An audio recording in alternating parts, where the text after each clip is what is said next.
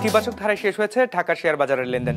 সার্বিক সূচক DSEX 9 point বেড়ে দাঁড়িয়েছে 5,205-এ। হাত বদল হয়েছে 540 কোটি টাকার শেয়ারের মালিকানা।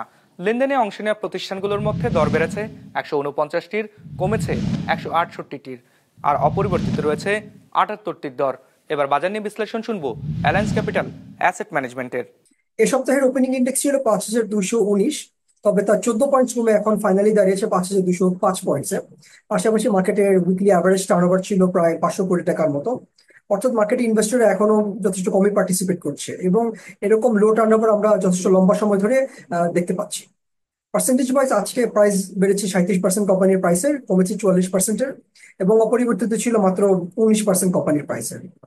সেক্টরের দিক থেকে আজকে সবচেয়ে বেশি লেনদেন হচ্ছে ফার্মাসিউটিক্যাল সেক্টরে, followed by textile sector. Interestingly আজকে টেক্সটাইল সেক্টরে সবচেয়ে বেশি সংখ্যক কোম্পানির প্রাইস বৃদ্ধি পেতে দেখা গিয়েছে। ফাইনালি ইন্ডেক্সে আজকে পজিটিভলি সবচেয়ে বেশি কন্ট্রিবিউট করেছে লাফার্জ হোলসেল, এবং নেগেটিভলি সবচেয়ে বেশি কন্ট্রিবিউট করেছে ব্রিটিশ আমেরিকান টোবাকো।